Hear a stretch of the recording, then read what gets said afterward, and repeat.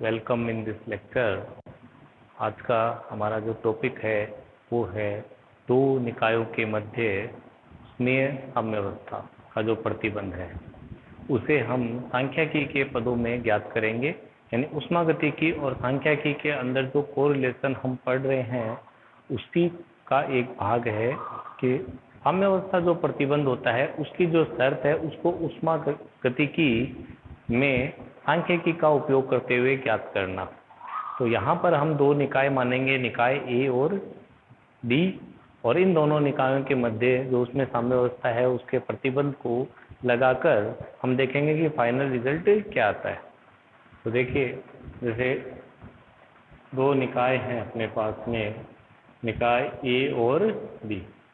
निकाय ए और बी है वो परस्पर ऊष्मा का आदान प्रदान कर सकते हैं।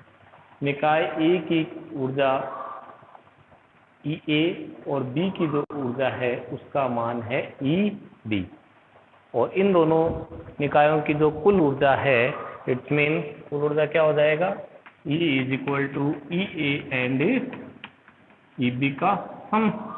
ये जो इन दोनों की कुल ऊर्जा है ये है नियत, जिसे हम स्टार से रिप्रेजेंट कर रहे हैं, और इसका मान क्या रहता है, नियत रहता है। ठीक है, तो निकाय ऊष्मा का आदान प्रदान कर सकते हैं, और लेकिन उनकी प्रत्येक की ऊर्जा है वो बदल सकती है, लेकिन टोटल जो ऊर्जा है वो क्या रहेगी, नियत रहेगी।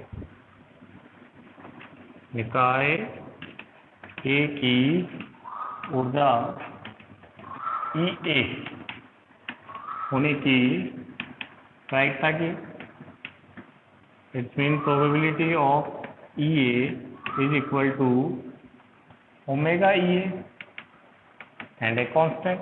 देखिए ओमेगा ई ए क्या है कि ई ए होने अवस्था के लिए सूक्ष्म अवस्थाओं की संख्या का, तो सांख्यिकी यही कहती है कि किसी निकाय की जो ऊर्जा है या कोई भी राशि है उसकी जो प्रायिकता होती है वो किस पे डिपेंड करती है, सूक्ष्म अवस्थाओं की संख्या पर।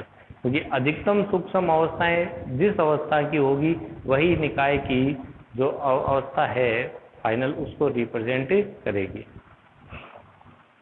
इसी प्रकार निकाय बी की ऊर्जा क्या होगी, ई बी होने की जो प्रायिकता है, probability of E B is equal to कोई और कांस्टेंट, दूसरे निकाय के लिए कोई दूसरा कांस्टेंट, और ओमेगा क्या आ जाएगा, ई बी। ठीक है, ओमेगा ई ए है इस निकाय ए के लिए ई ए ऊर्जा में सूक्ष्म अवस्थाओं की संख्या, और इसी प्रकार ओमेगा ई बी है वो क्या है, बी निकाय के लिए ऊर्जा ई बी के लिए सूक्ष्म अवस्थाओं की संख्या, जो कि उसकी ऊष्मागतिकी क्या कहलाती है, प्रायिकता कहलाती है। तो संयुक्त रूप से यानी एक ही साथ किसी समय निकाय ए की ऊर्जा ई ए और निकाय बी की ऊर्जा ई बी है, तो संयुक्त रूप से ऊर्जा ई ए व ई बी होने की जो प्रायिकता है इट्स मीन प्रोबेबिलिटी, ठीक है, और ई ए एंड ई बी, तो क्या होगी, दो घटनाएं एक साथ घटित हो रही है तो उनकी जो प्रायिकता है वो उनका क्या हो जाएगी, गुणज। तो it's mean probability of E A and E B is equal to probability of E A multiply by probability to E B. ठीक है, तो यहाँ पी ए और पी ई बी का मान रखते हैं, तो सी डैश कॉन्स्टेंट आ गए, और ये आ गया ओमेगा ई ए, ठीक है, और ओमेगा ई बी, और ये है probability E A and E B. अब देखिए सांख्यिकी ये कहती है कि साम्य अवस्था जो होगी उसमें इस प्रायिकता का मान क्या होगा, अधिकतम होगा। इस बात को आप समझिएगा कि सांख्यिकी के अनुसार जब निकाय साम्य अवस्था में होगा तो निकाय एक ऐसी अवस्था में होगा जिसमें जो सूक्ष्म अवस्थाएं हैं उनका जो डिस्ट्रीब्यूशन जो है, ठीक है, वो क्या हो, अधिकतम हो, यानी उन सूक्ष्म अवस्थाओं की संख्या क्या हो, अधिकतम हो। तो हम यहाँ इन पदों को, ठीक है, इसका लॉग लेकर लिखते हैं। तो इसका लॉग हो गया logarithms of P E A E B is equal to log C plus log T days plus log of omega E A plus log of omega E B. अब हम इसका क्या करेंगे, ई के सापेक्ष अवकलज ले लेंगे। तो इसका अवकलज del of log del upon del E A log of P E A E B is equal to इसका अवकलज 0, इसका अवकलज 0 कांस्टेंट राशि है ना, इसका अवकलज क्या हम लिख लेते हैं del upon del E A log of omega E A. इसी प्रकार इसका अवकलज देखो, यहाँ वेरिएबल कौन है, ई बी है, तो अवकलन किसके सापेक्ष करना है, ई ए के सापेक्ष। तो यहाँ हम इसमें इसको ऐसे लिखेंगे del upon del E B log of omega E B dot del E B upon del, ठीक है। ई बी ये के फलन के रूप में हमने लिख दिया, तो ये इस प्रकार हम इसको ओमेगा ई बी का जो अवकलज है उसको ई बी के सापेक्ष ले लेंगे, ठीक है।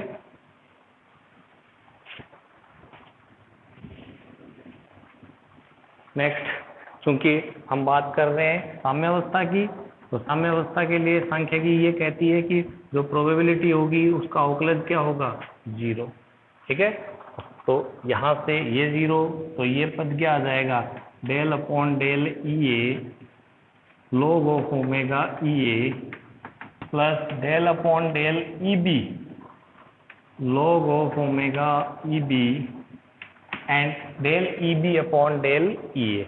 तो del E B upon del E A का मान हम यहाँ से निकालते हैं इस समीकरण से, इसका अवकलन लेते हैं, ठीक है। तो इसका अवकलन लेंगे तो देखो ई स्टार नियत है, तो इसका अवकलन हो गया 0, ई ए का ई ए के सापेक्ष अवकलन हो गया 1 और ई बी का ई ए के सापेक्ष अवकलन हो गया del E B upon del E A. यहाँ से del E B upon del E A का जो मान है वो कितना आ गया, -1। तो ये वैल्यू हम यहाँ पुट करते हैं, तो ये आ गया -1 और ये सब किसके इक्विवेलेंट है, 0 के। इस -1 वाली टर्म को उस तरफ ले जाएंगे तो ये टर्म किसका हो जाएगा, प्लस का, तो ये यहाँ से ये हट गया। तो it's mean del upon del E A log of omega E A is equal to del upon del E B log of omega E B. यानी कि यहाँ पर ई ए वेरिएबल और ये वाला पद किसका है, ई बी वेरिएबल का। ये दोनों पद अलग अलग चरों के लिए अवकल समीकरण है, तो इसका मतलब ये दोनों बराबर होंगे किसी अन्य प्रातल के, और उस अन्य प्रातल को हम यहाँ नाम दे देते हैं बीटा फंक्शन या बीटा प्रातल, ठीक है। तो ये प्रत्येक पद अलग अलग बीटा प्रातल के तुल्य होगा, और इस बीटा प्रातल को हम देखिए, इस बीटा प्रातल को हम आगे क्लास में देखेंगे, इसको हम 1/kt के रूप में लिखते हैं, जहाँ k क्या है, वोल्टेज मान नियतांक, ठीक है, जिसका मान 1.38 × 10⁻23 जूल पर केल्विन होता है, या k को हम R/n से भी रिप्रेजेंट करते हैं, R गैस नियतांक, n एक मोल संख्या, यहाँ से भी इसका मान आ जाता है। और T जो है वो निकाय का क्या कहलाता है, ताप कहलाता है। तो चूंकि EA के लिए जो बीटा प्राचल होगा वो किसी ताप TA को रिप्रेजेंट करेगा, और EB के लिए जो बीटा प्राचल होगा वो किसी ताप TB को रिप्रेजेंट करेगा, और बोल्ट्जमान नियतांक का मान क्या रहता है, 1 समान रहता है। तो यहाँ से बीटा प्राचल, इस पद को बीटा प्राचल के रूप में लिखें तो हम इसको क्या लिखेंगे, 1/kTA, और इसको क्या लिखा जाएगा, 1/kTB, ठीक है। तो यहाँ से देखिए क्या आ जाएगा, TA is equal to TB। इसका मतलब ये है कि सांख्यिकी भी वही बात कहती है जो ऊष्मागतिकी कहती है। ऊष्मागतिकी क्या कहती है कि जब दो निकाय साम्यावस्था में हो तो उनका ताप क्या होता है, एक समान होता है। नेक्स्ट में टॉपिक जो है वो है एंट्रोपी एवं प्रायिकता।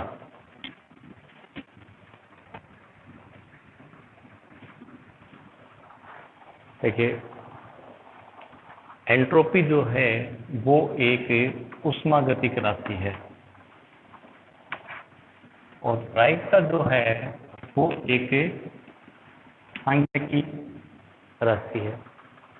तो एंट्रोपी और प्रायिकता का आपस में क्या संबंध है, वो संबंध हम यहाँ स्थापित करेंगे, और उन दोनों के मध्य जो संबंध है वह वोल्टेज मान संबंध कहलाता है। ठीक है, प्रायिकता और एंट्रोपी के लिए बोल्ट्जमान रिलेशन कहलाता है। तो सबसे पहले एंट्रोपी जो है उसकी ऊष्मागति की क्या व्याख्या है, क्या इंपॉर्टेंस है, वो हम देखते हैं। फिर सांख्यिकी में उसको कैसे हम एक्सप्लेन कर सकते हैं। देखिए, एंट्रोपी के लिए हम एक सामान्य जो है वो ये रूप पढ़ते हैं कि किसी निकाय को अगर dE ऊष्मा दी जाती है तो उस निकाय की एंट्रोपी में जो परिवर्तन है वो होता है dE/T। यानी ताप उस निकाय के लिए क्या है, T है, और उस निकाय को दी गई ऊष्मा अगर क्या है, dE है, तो वह निकाय अपनी एंट्रोपी में क्या करता है, परिवर्तन करता है। देखिए, समतापीय प्रक्रम में जैसे नियत ताप की व्याख्या होती है, वैसे ही रुद्धोष्म प्रक्रम में किसकी व्याख्या होती है, नियत एंट्रोपी की व्याख्या होती है। एंड रुद्धोष्म प्रक्रम वो होते हैं जिसमें निकाय की एंट्रोपी में परिवर्तन नहीं होता। यानी ये सब एंट्रोपी से रिलेटेड जो ऊष्मागतिक बातें हैं वो हम यहाँ समझ रहे हैं, ताकि एक बार हम एंट्रोपी को ऊष्मागतिक रूप से समझें और फिर हम उसको सांख्यिकी रूप से समझेंगे। तो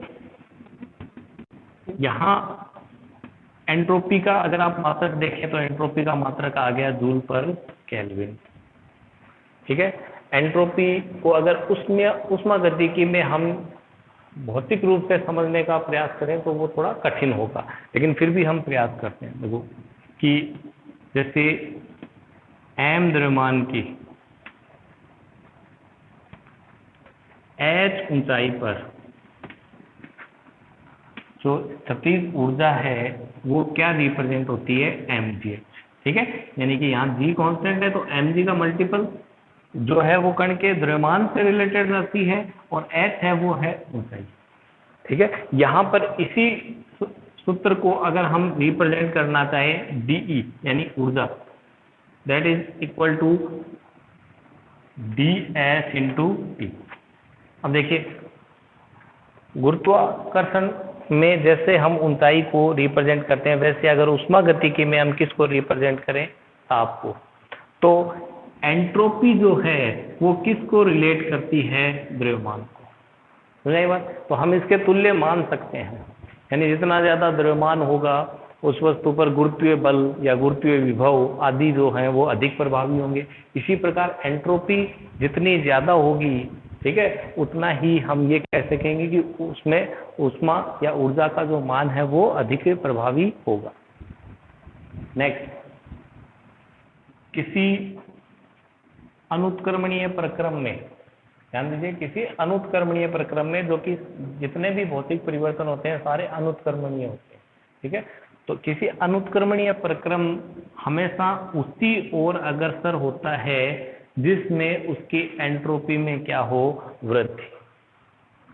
सुनिए बात? तो ऊष्मागतिकी में हम एंट्रोपी को ये कहते हैं कि एंट्रोपी जो है वो किसी निकाय में होने वाली अव्यवस्थाओं का मेजरमेंट है। साथ ही यहाँ यह जो समीकरण है, यह समीकरण ऊष्मागतिकी के, ठीक है, द्वितीय नियम को बताता है। और ऊष्मागतिकी के द्वितीय नियम का यही रूप है कि किसी भी प्रक्रम में निकाय हमेशा उस ओर अग्रसर होता है जिसमें उसकी एंट्रोपी में क्या हो, वृद्धि हो। ठीक है, या फिर उसकी एंट्रोपी क्या रहे, अपरिवर्तित रहे। अगर ये और कंबाइन कर दें तो ds इक्वल टू क्या रहे, 0। देखिए, एंट्रोपी की ये सारी परिभाषाएं एंट्रोपी को, व्याख्या तो एंट्रोपी की करती है, लेकिन एंट्रोपी को भौतिक रूप से समझाने में क्या रहती है, कठिन रहती है या असमर्थ रहती है। तो एंट्रोपी को, इसीलिए एंट्रोपी को वैज्ञानिकों ने घोस्ट क्वांटिटी नाम दिया है। अब एंट्रोपी की भौतिक व्याख्या करने के लिए बोल्ट्जमान ने एंट्रोपी को सांख्यिकी राशि के रूप में रिप्रेजेंट किया। ठीक है, यानी कि सांख्यिकी राशि के रूप में इस प्रकार रिलेट किया, यानी किसी निकाय में होने वाले जो परिवर्तन हैं वो उसकी सूक्ष्म अवस्थाओं के अधिकतम मान को रिप्रेजेंट करते हैं। तो अगर हम किसी निकाय की ऊष्मागतिक प्रायिकता को एंट्रोपी से रिलेट कर दें तो हम एंट्रोपी को भौतिक रूप से समझ सकते हैं। देखिए किस प्रकार बोल्ट्जमान ने इसको रिलेट किया। क्योंकि अभी हमने बीटा फलन पढ़ा, तो बीटा फलन इज इक्वल टू क्या है, 1/kT। यहाँ से 1/T इज इक्वल टू क्या आ गया, k बीटा। एंट्रोपी की ऊष्मागतिक परिभाषा से हम क्या लिख सकते हैं, हम लिख सकते हैं del S/del E is equal to 1/T। 1/T को इक्वल कर दें तो ये क्या लिखा जा सकता है, del S/del E is equal to k beta. अब बीटा जो फलन है वो हम पढ़ चुके हैं, del E log of omega होता है। तो यहाँ बीटा का मान रखें, तो del S/del E is equal to k del E log of omega. ठीक है, इसको हम इस रूप में लिख सकते हैं। And del S is equal to, डेली दोनों तरफ अवकलज है, इसको हम यहाँ से रिप्लेस कर सकते हैं। तो ये लिखा जाएगा del log of omega, and del S is equal to K del log of omega. और यहाँ अगर डेल S की जगह S के पदों में लिखें तो k कांस्टेंट है, तो ये लिखा जाएगा k लॉग ऑफ ओमेगा। देखिए, इस प्रकार बोल्ट्जमान ने एंट्रोपी को ओमेगा से रिलेट किया। ओमेगा जो है वो एक क्या है, संख्या की क्वांटिटी है। ओमेगा क्या है, ओमेगा है किसी स्थूल अवस्था के संगत सूक्ष्म अवस्थाओं की संख्या, यानी निकाय में जो सूक्ष्म अवस्थाओं की संख्या है उनका मान क्या है, वो ओमेगा है। तो S को हम k log ऑफ ओमेगा के रूप में लिख सकते हैं। देखिए, यहाँ से ओमेगा जो है वो एक बहुत बड़ी राशि है, तो अगर उसको log में लिखा जाए तो वो राशि कम मान की हो जाएगी। तो S जो है वो k log ऑफ ओमेगा के रूप में लिखा जाता है। तो किसी निकाय की एंट्रोपी को इस प्रकार बोल्ट्जमान ने उसकी ऊष्मागतिक प्रायिकता से रिलेट किया, या सूक्ष्म अवस्थाओं की जो संख्या है ओमेगा उससे रिलेट किया।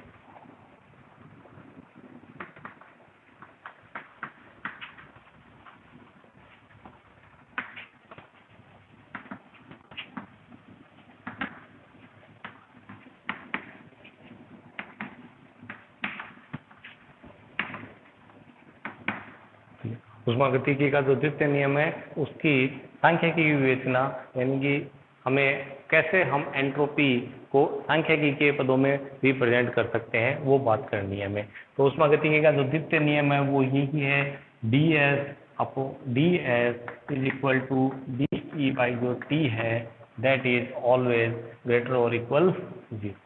यानी एंट्रोपी में परिवर्तन होगा वो सदैव क्या होगा, धनात्मक होगा, यानी हमेशा एंट्रोपी में क्या होगी, वृद्धि होगी।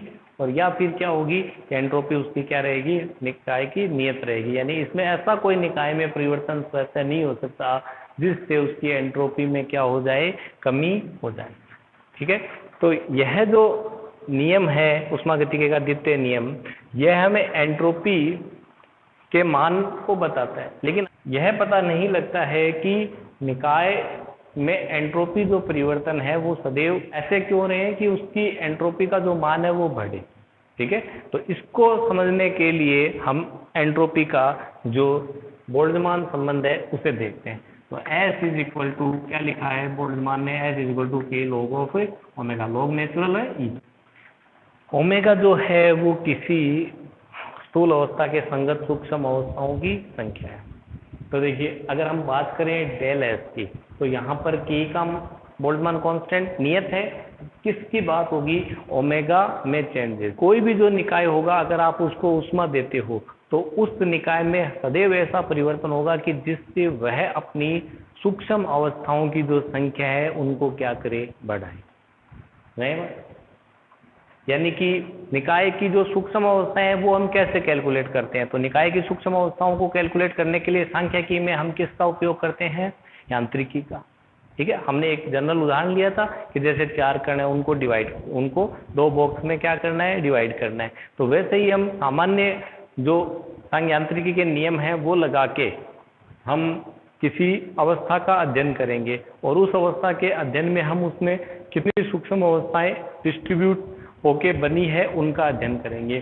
तो अगर किसी स्थिति में ओमेगा के मान में वृद्धि होती है, इसका मतलब ये है कि सूक्ष्म अवस्थाओं की संख्या में क्या हो रही है, वृद्धि अगर हो रही है तो एंट्रोपी में भी क्या होगी, वृद्धि होगी। तो अगर आप किसी निकाय को ऊष्मा देते हो तो वह निकाय उस ऊष्मा से क्या करता है, अपनी सूक्ष्म अवस्थाओं की संख्या में या तो वृद्धि करेगा या उनका मान वही बना रहेगा। तो यह ऊष्मागतिकी के द्वितीय नियम की संख्या की हम रिलेट कर सकते हैं। ऐसा कोई प्रक्रम संभवतः नहीं है जिसमें एंट्रोपी में क्या हो, कमी हो। ठीक है, हाँ, कुछ एक प्रक्रम के लिए, क्वासी स्टेबल प्रक्रम के लिए एंट्रोपी में थोड़ी कमी हो सकती है, लेकिन यह कमी क्या होगी, स्थायी नहीं होगी। वृहद मानों के लिए एंट्रोपी में समय के साथ क्या हो जाएगा, ये जो कमी हम कहें, लेकिन कुल ओवरऑल इसमें एंट्रोपी में क्या होगी, वृद्धि ही होगी।